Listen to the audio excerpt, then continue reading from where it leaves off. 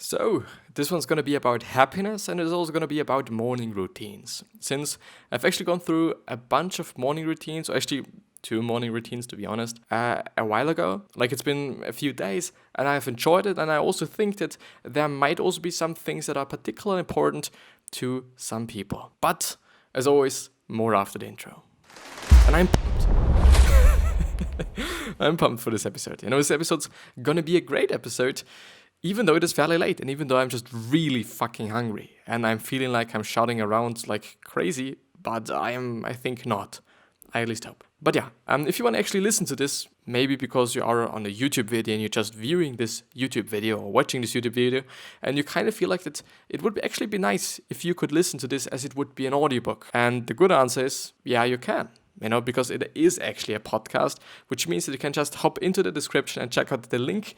It might even be kind of the first link you can see and whatnot, but I'm not quite sure. And check the link out, and this link should lead you to a page where you can choose where to listen to the podcast on, which might be Apple Podcast, which might be Spotify, which might be Stitcher, which might be Castbox, like so many different platforms. It's amazing, and it's hopefully also going to be there where you are. So it's also on TuneIn, if you cannot find it and whatnot. It's also on TuneIn. But yeah, as I said before, I think in the first place, I'm going to talk about happiness and being sad and whatnot. And then afterwards, there's a pretty cool article on Oprah, Steve Jobs, Tony Robbins, and maybe some other people and their morning routines and I think more or less rituals.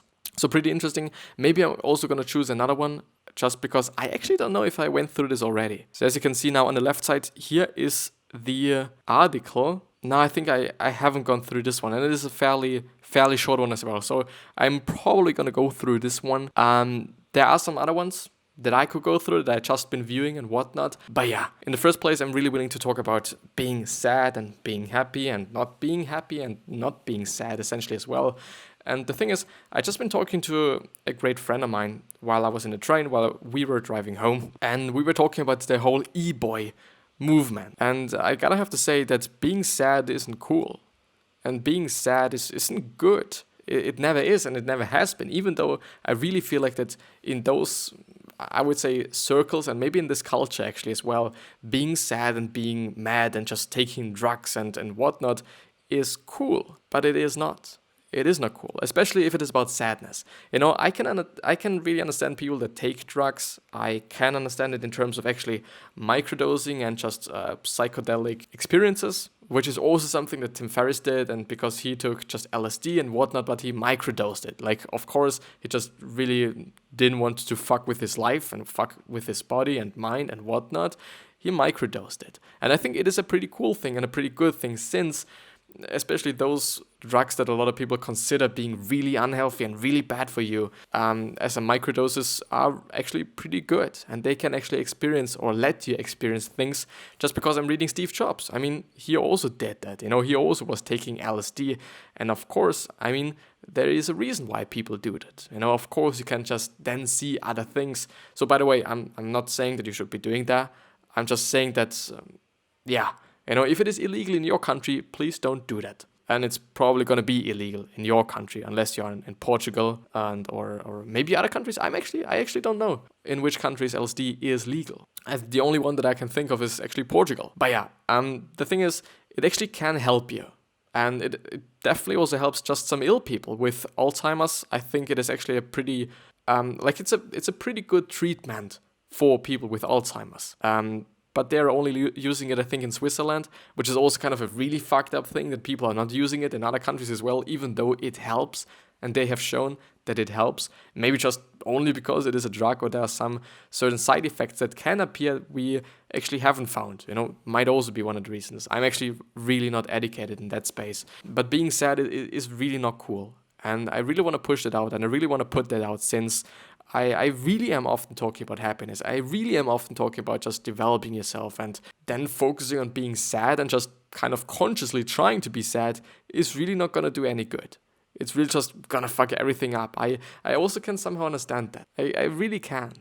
The attention that you're getting through being upset and being mad and whatnot, especially also from the other people in the circle, from the other people that are doing things like I'm doing. Because people like us do things like this, which is just an amazing saying. If you think about it, it's about marketing, essentially. But it is also about understanding human beings, and it is also about just communities and culture and tribes and all those things. And it is a saying by Seth Godin. Seth Godin, one of the most amazing people that I've ever discovered in my fucking life. It's just insane. I think it's just one of the most knowledgeable people that I know somehow. Like, if I can actually say that I know him, because I don't know him personally, but I know him through the things that he's putting out, because he was showing up for a really long time. And this is, by the way, also something that I'm trying to do. I'm trying to just show up every day, do something every day, put out something every day that might be changing somebody's life. I at least hope, this is kind of what I'm aiming for. But don't try to be sad, and don't just try to make yourself sad by taking drugs, which is actually, I wouldn't necessarily say that it is so off from the reality. I really hope that I'm really off, and this is kind of completely an assumption that I'm having, which is really not true. But I don't know. Like, just try to not be sad. Try to be happy. Try to do something every single day that makes you happy. And don't post, again, just coming back to the whole attention thing. If you're posting okay, I'm so sad. Yeah, people are gonna be there. Probably that are going to be well, I'm also sad and whatnot, or they're going to be well, what's going on? I want to help you. There are going to be people, there is going to be attention, but I don't know. I mean, if you're really sad and if you're really struggling with some mental issues and whatnot, I think you should probably get professional help or just at least try to solve that. So I don't know if these people just like that, and I'm just referring to eboys and whatnot, just also because the fact is that I didn't even know what it is all about. I've seen the people, and I've always wondered, why is being sad so trendy at this point in time? Why? It doesn't make any sense. Why would you actually consciously decide to be unhappy and sad and mad and whatnot?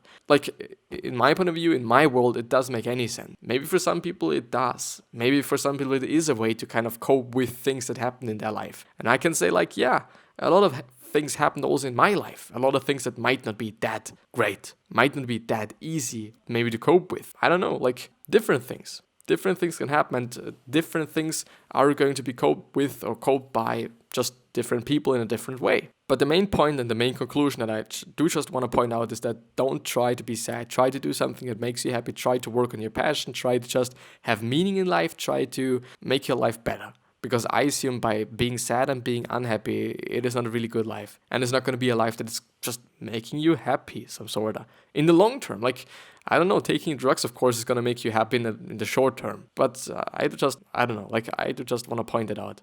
I don't want to just get it in the world, I guess, to just focus on happiness. Because, I don't know, at least in my point of view, it's just the essential of life, being happy. If you're not happy by whatever you're doing, by the job that you're doing, whatever it might be, it's not going to be good. It's never going to be good, neither in the short term nor in the long term. It's always going to be fucked up. It's always going to be shitty if you're not happy because of whatever. I don't know, of course you're not going to be happy every single moment of every day, but I think you can be happy every single day by just doing the things that you like to do and by just surrounding yourself with people that you also like. Many different factors and many different things which, might lead maybe to just various different forms of maybe even happiness, or just forms how people can be happy, or what just makes happiness for some people, but it's going to be something different for everybody, I assume. But yeah, let's actually hop into the whole morning routine thing, just because it's also very interesting. And hopefully it's also going to just give somebody something to somebody, and I also hope that I'm able to present it in a way that makes it pleasant, I guess. So 6 morning rituals of Steve Jobs, Tony Robbins, Oprah, and other successful leaders. Discover how to kickstart your day using techniques and strategies from some of the world's most successful people. And this is an article by Bryan Adams, founder and CEO from, I think, Ph.Creative, I assume. And it is at Bryan_PHC, which probably is standing for Ph.Creative. 6 a.m. your alarm blinks and screeches to life. Reluctantly, you stretch out a weary arm and fumble the snooze button and intermittently. I'm gonna skip the whole introduction part. I don't know if this is actually gonna be something that's particularly important. So the link is going to be down in the description if you want to check out the whole introduction thing. Please do it, please make it. But I'm going to hop right into Tony Robbins. So Tony Robbins is a master of self-discipline and really understands the psychology of success and also happiness. He makes a strong but valid point. If you don't have 10 spare minutes to work on yourself every morning, then you don't have a life. Yeah, we all have. And the thing is, we all probably just spend at least an hour a day doing something that doesn't actually matter and just really does not make any fucking sense. Using a ritual called priming, which is definitely something that I've been talking about just really often on the podcast, Robbins follows a 3-part program. The first step is perform 3 sets of 30 Kapalabhati pranayama breaths. And I'm gonna look that up because I the fuck don't know what this is. I'm looking forward to where this is leading me, actually. It's loading. I'm probably gonna cut this in a very specific and maybe unpleasant way. I hope I'm not doing that. I hope I'm actually just watching this and also listening to it while I'm cutting it, which is not always the case. Its name comes from 2 Sanskrit words, Kapala, which means skull, and Bhati, which is Bhati, and this means light. Therefore, it is something referred to as light skull breathing or skull brightener breath. As you practice, you can imagine the linging of your skull being filled with the brightness of enlightenment. So I guess it is just really deep breaths, really deep breaths that lead just to feeling lightheaded, I guess. I think this is kind of the essential of Behaviour pranayama. I don't even know if this is kind of pronounced with rolled R's, but yeah. The second thing is close your eyes and slow your breathing while expressing gratitude for everything you have. And the third one is pray and ask for help, guidance, and strength throughout the day. If you don't know, I think just as far as I know, Tony Robbins is a very just religious guy, which is definitely nothing bad, If it helps you and if it serves you, it's totally a fine thing. I don't know if you're serving it, if this is something that makes sense, I don't fucking know, then I don't know if this is a good thing. But yeah, so the first thing is take 30 deep breaths, just I think extremely deep breaths. So 3 sets of 30 deep breaths, then close your eyes and feel the gratitude that you're having, and then pray for help, guidance, and strength throughout the day. The second one is Tim Ferriss. Tim Ferriss is a great person to emulate simply because he's adapted his own morning ritual after interviewing thousands of successful leaders from all around the world, or thousands of successful leaders from all walks of life. First, Ferriss makes his bed. He says it fills him with a small sense of pride and accomplishes something right away, which is, by the way, something that I started right today. Because I thought and actually also because of Tim Ferriss, also because Tim Ferriss said, and I've heard it before as well in other, books as well, articles, other people talking about it, but making your bed as the first thing that you're doing in the morning is something that's pretty cool, since you actually are accomplishing something, even though it's nothing big. It totally is nothing big, but it is something. It is something. It just starts your day the right way, I would say. Fuck yeah. So first, Ferriss makes his bed. He says it fills him with a small sense of pride and accomplishes something right away. Next, he meditates for 10 to 20 minutes. I highly recommend an app called Headspace, which I've personally used to help guide and track my meditation. An app that I've also used, and it is amazing. Not only can you use it for free, just to some degree, of course. If you want to have the full experience, you have to buy it or you have to pay for it. I'm not sure if it is a subscription service or if it is a one-time buy thing, whatever. Next, Ferriss does at least 30 seconds of light exercise followed by some strong tea. He finishes his routine by journaling for 5 to 10 minutes, which helps him push the ball forward and feel better throughout the day. Some tips to journaling or some things that you might be writing about right in the morning after you wake up, which is also something that Neil Parashka, I think he's called, I'm not quite sure, the author of the Happiness Equation. He said, what you're grateful for, I've been going through it yesterday, but there it is. I will let go of, I am grateful for, and I will focus on.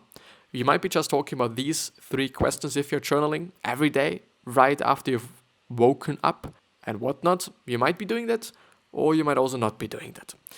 But the third person is Oprah Winfrey. Like Ferriss, Oprah Winfrey starts her morning with 20 minutes of meditation, which she says fills her with hope, a sense of contentment, and deep joy.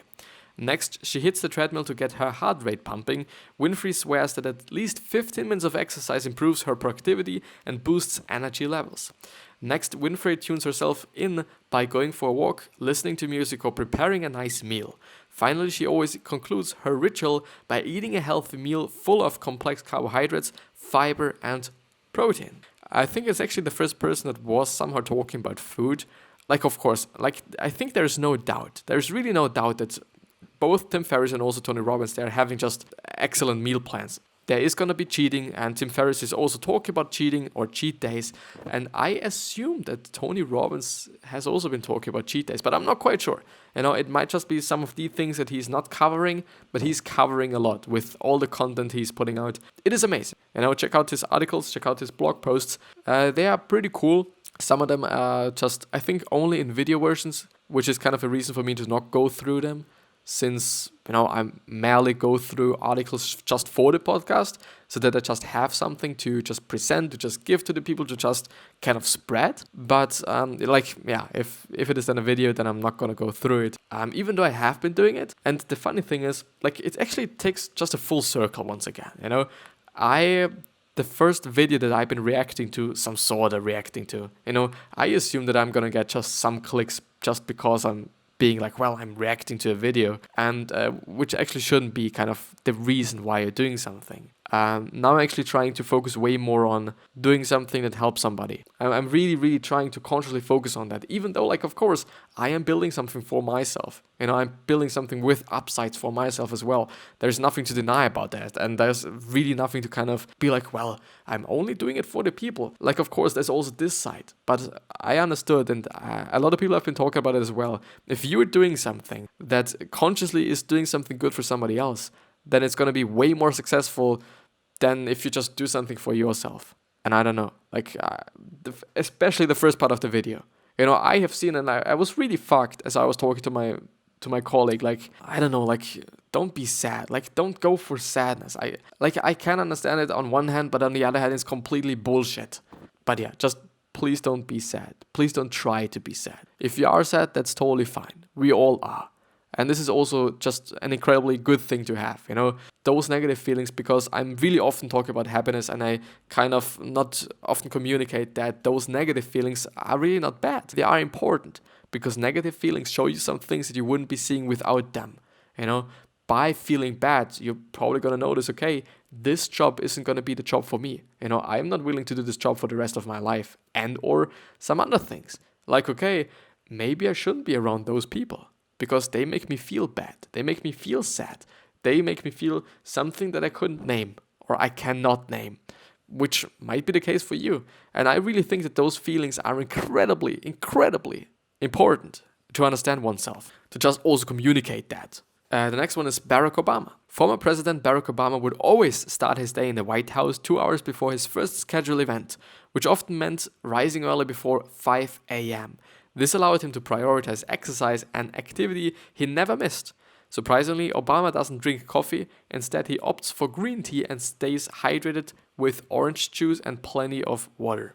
Like, it is something that isn't seen quite often, that people don't drink coffee. I'm not a coffee drinker. I really never ever drink coffee, just because I really feel bad afterwards. Like, I'm having tummy ache, and I cannot sleep, and I just feel bad in general, and it is just nothing for me. And I guess if you haven't started up to this point, I guess it is also not a pretty good thing to start. After his morning exercise and breakfast, Obama would stay on top of current affairs by reading the New York Times and watching ESPN. Yeah, pretty great. I think information is really important, even though news are something that's often very negative, and I just tend to stay away from negative things. Whatever it might be all about, I'm just really trying to do so. And the last two, and one of them is Jocko Willink. You might know Jocko Willink. He's a former Navy SEAL, and now he's having a company. I just don't remember what it is called. I'm very sorry, but you might be looking up Jocko Willink. He's also an best-selling author with great books, great story, great just narratives, great storytelling and whatnot. So he's definitely just also very talented, I would say, in that space. So in the whole writing space, not only just as a physical person, because he is fucking strong, or he looks strong, even though, the funny thing is, if you know Joe Rogan is actually as high or as tall as I am, quite, which is pretty interesting. Like, he's fucking buff, and he's fucking just a closet, kinda. He looks like a fucking closet, and he's just as tall as I am. I don't know, I don't look like a closet now, yet, up to this point. I don't, but let's actually talk about Jocko Willink. So Jocko Willink is a former Navy SEAL commander who led SEAL Team 3's task unit Bruiser during the height of the Iraq War. His morning routine, which you can see him do on Instagram at Jocko Willink, starts very early, usually around 4:30 a.m. Willink sets 3 alarms to make sure he sticks to his routine. Next, Willink heads straight to the gym for a grueling strength workout, which lasts around 1 hour. He finishes his workout with his 30-minute jog and jumps in the shower at approximately 6 a.m. to get ready for the day ahead. It is the routine and consistency which he credits to his massive business success in life after the military. I would actually say so. If you kind of stay accountable to whatever you're doing, or you just stay disciplined and just do, and if you just are consistent, I guess consistency is kind of the best word to subscribe it without kind of searching for something else that might sound cool, something, I don't know. And the 6th and last one is Steve Jobs. The late great Steve Jobs had an incredibly profound yet simple morning routine. Each day he would get up, make his bed, shower, and then look himself in the mirror. That's it. Period. He would lock eyes with himself and ask, if today was the last day of my life, would I be happy with what I am about to do today? If the answer was no, too many days in a row, he knew something needed to change. It's amazing. Like, I've been talking about it especially. I think I've been uploading a video yesterday, which was all about questions, or the day before, I don't know. Like, I'm putting out so much stuff. I don't actually, I don't keep track of all the things. Maybe I should, I don't know. But asking yourself questions is just such an amazing thing to do, because you can just really dig down into your habits, into your psychology, into yourself basically, and you're, at least at my point of view, pretty much able to understand yourself better. Of course you just have to do it consistently and more than once, but I believe just asking yourself questions is such an incredibly powerful tool. I would actually call it a tool. It is amazing. It really is. It's cool. But yeah, I think this is going to be the end of the episode, since we went through everything that I wanted to go through. And I've also promised kind of myself to not just talk about so much unnecessary stuff before and after the episodes, so that I'm not going to just lengthen everything, even if it might be interesting to some people. But I'm going to just see that, I'm going to just recognize that, I guess. But I really hope that I've been able to communicate the point that I was willing to make in terms of being sad, happiness, and also about the morning routine things. But those things were just merely because I just wanted to fill the episode once again with even more information, just because I just wanted to provide once more something. But I really do hope that you're trying to find happiness and that you're not trying to find just sadness. And please don't. Please just don't. Please try to be happy. And just step away from all the people that are trying to make you not happy. Step away from all the negative people. And it doesn't necessarily mean that you just have to cut it completely. Like, you don't have to do anything with them.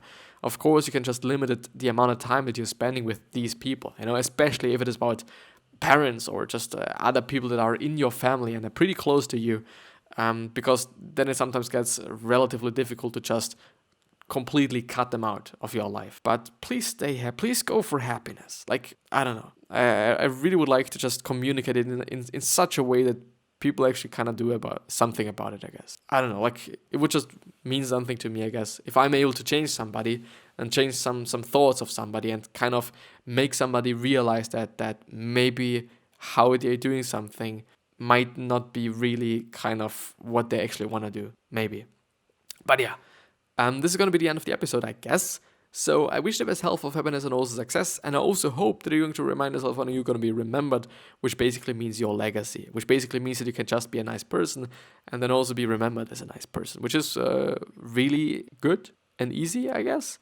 Even though we're 7.7 billion people on this planet, not everyone's going to like you. And some people might even hate you. Just, it is what it is. 3 other questions that I hope that you're going to ask yourself are, why are you here? What are you trying to change? And the last one is, what is bothering you the most? These 3 questions, and especially the first ones, are going to show you your purpose, hopefully. And the last one is gonna just maybe show you a business idea, since a lot of companies started out with things that really pissed them off. But yeah, I'm gonna see you the next time, hopefully. So please stay subscribed, or please subscribe. I would deeply appreciate that, and I appreciate every single click that I'm getting, every single person that is just having a look at one of my videos. I really am appreciating that. So thanks a lot. Thanks a lot if you're seeing this, and especially thanks a lot if you're just viewing this just up to the end. Even if you're just on a podcast, or especially also on a podcast, and especially also in YouTube, it's just amazing. Like I really appreciate that. So thanks a lot, and I'll see you the next time. I at least hope.